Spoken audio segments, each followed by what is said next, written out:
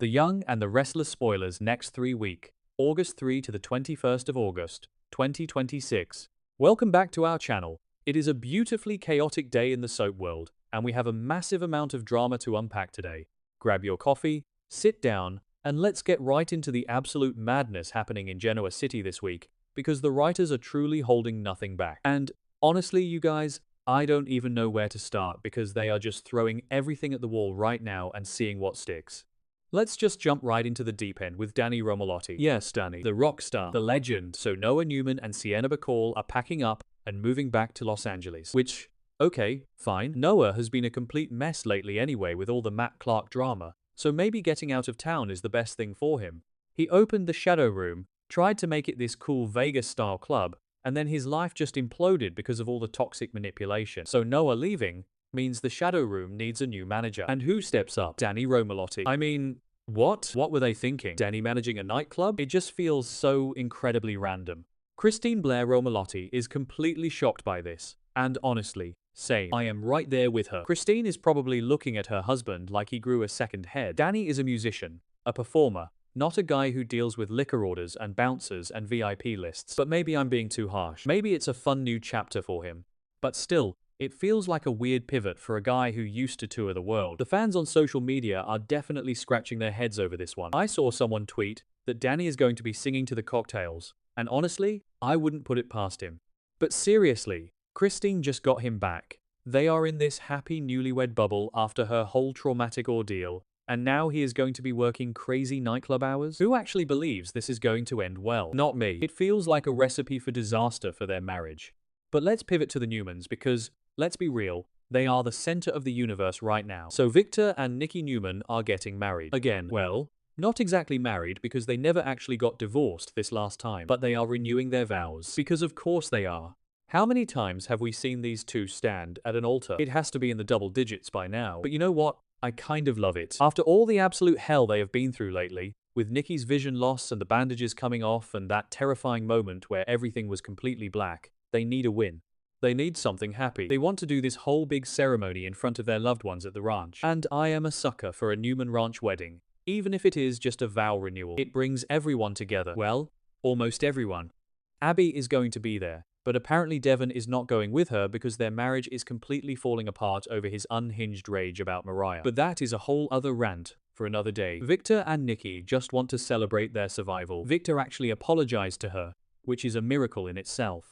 He admitted his love for her is stronger than his hatred for Jack Abbott, so a vow renewal makes sense to cement this fresh start. And then Victor and Nikki are jetting off to Venice for a romantic getaway. Venice. It sounds amazing. But here is the thing. This Venice trip might actually be a lifesaver for Matt Clark and Phyllis Summers, because Victor is currently plotting his ultimate revenge against them. Phyllis cut off Matt's electronic ankle monitor, which was so stupid. Like, Phyllis, girl, what are you doing? You do not cross Victor Newman like that. You just don't. Victor has to decide if he is going to unleash his full wrath on them right now, or wait and retaliate later.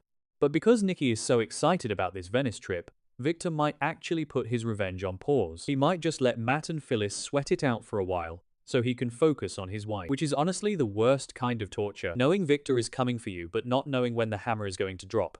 Phyllis is probably pacing a hole in her floor right now, regretting every single life choice she has ever made. And Matt? Well, Matt is a psychopath, so who knows what he is thinking. But changing my mind for a second, maybe Victor won't wait. Maybe he will drop a massive bomb on them right before he gets on the plane.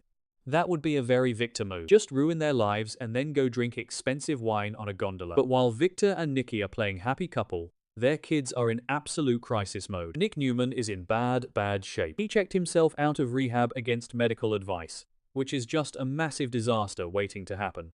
We saw a few episodes ago how bad his addiction has gotten. That scene where he was hallucinating at Crimson Lights, where he thought he was opening sugar packets, but they were actually packets of fentanyl and he was just swallowing them. It was dark, you guys. Really dark. And it breaks my heart to see Nick like this.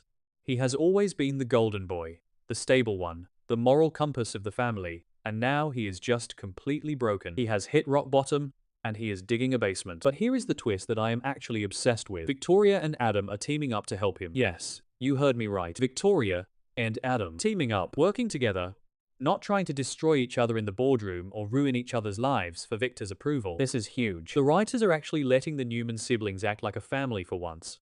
Adam has been trying so hard to prove he is a changed man, and seeing him genuinely panic over Nick's overdose in Vegas, and now working with Victoria to save him, it is giving me all the feels. Okay, that sounded dramatic, but you get what I mean.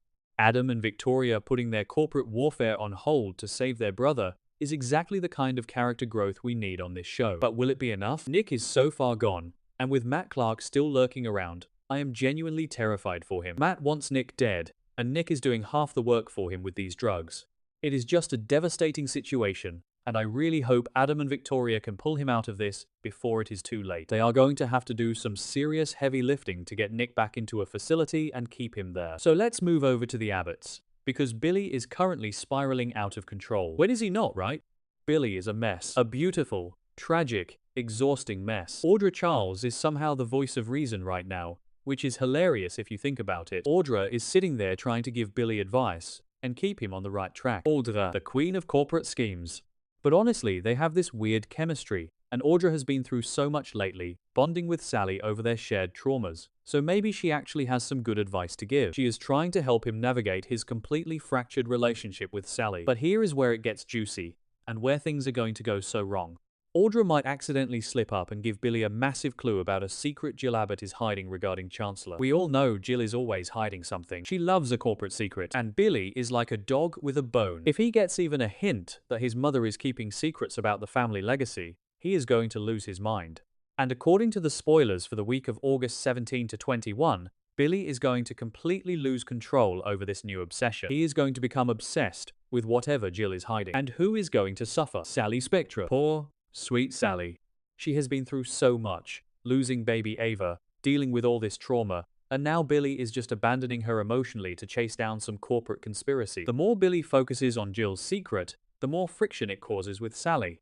Their relationship is already fracturing because Billy walked in on Adam trying to make a deal with Sally, and Billy is so paranoid and bitter. He always assumes the worst. Honestly, I am starting to think Billy and Sally are doomed. They just can't get on the same page. Billy is always looking for a fight, always looking for a reason to be the victim.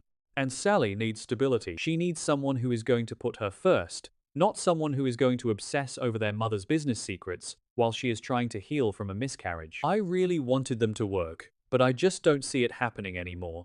I change my mind every week with these two, but right now, I am completely over Billy's behavior. He is ruining a good thing for absolutely no reason, and Sally deserves so much better than being second place to Billy's paranoia. And finally, we have to talk about the most scandalous, messy, chaotic storyline of them all. Victoria Newman and Kyle Abbott. Oh my god, you guys, this is actually happening. The writers are really going there. The tension between them has been building for weeks, ever since Kyle started venting to Victoria about his family trauma and Victor's involvement with Patty Williams and the whole kidnapping nightmare. They have been sharing these intimate secrets, and it has been weirdly compelling. And now, the spoilers say their relationship is hitting a dangerous stage and they are about to kiss. Kiss. Kyle and Victoria. I am screaming. This is so wrong on so many levels, but I'm also completely here for it. It is the perfect soap opera mess. Think about the implications. Kyle is Jack's son. Victoria is Victor's daughter. Victor absolutely despises the Abbotts, and he already hates that Claire is hanging around Kyle. If Victor finds out that Victoria is kissing Kyle Abbott, he is going to have a literal heart attack. He is going to explode. And what about Summer? If Summer comes back to town with a new face and finds out her ex-husband is hooking up with her aunt, the family tree is getting so tangled, it is basically a wreath at this point. But you know what? Victoria has been so lonely since the whole Nate Hastings thing fell apart, and she just had that memorial for Cole Howard. She is vulnerable, and Kyle is desperate for someone to lean on after almost losing his parents to Patty and Markham's insane plots. They are both damaged, they are both looking for an escape, and they are finding it in each other. It is a terrible idea, a spectacularly terrible idea, but I cannot wait to watch the fallout. It just fits the show's usual style of putting the most forbidden people together just to watch the families explode. But this one feels different because Kyle is usually so tied to Summer, and Victoria is usually dealing with corporate sharks. Seeing them in a room together, leaning in for a kiss, it feels so raw and so dangerous.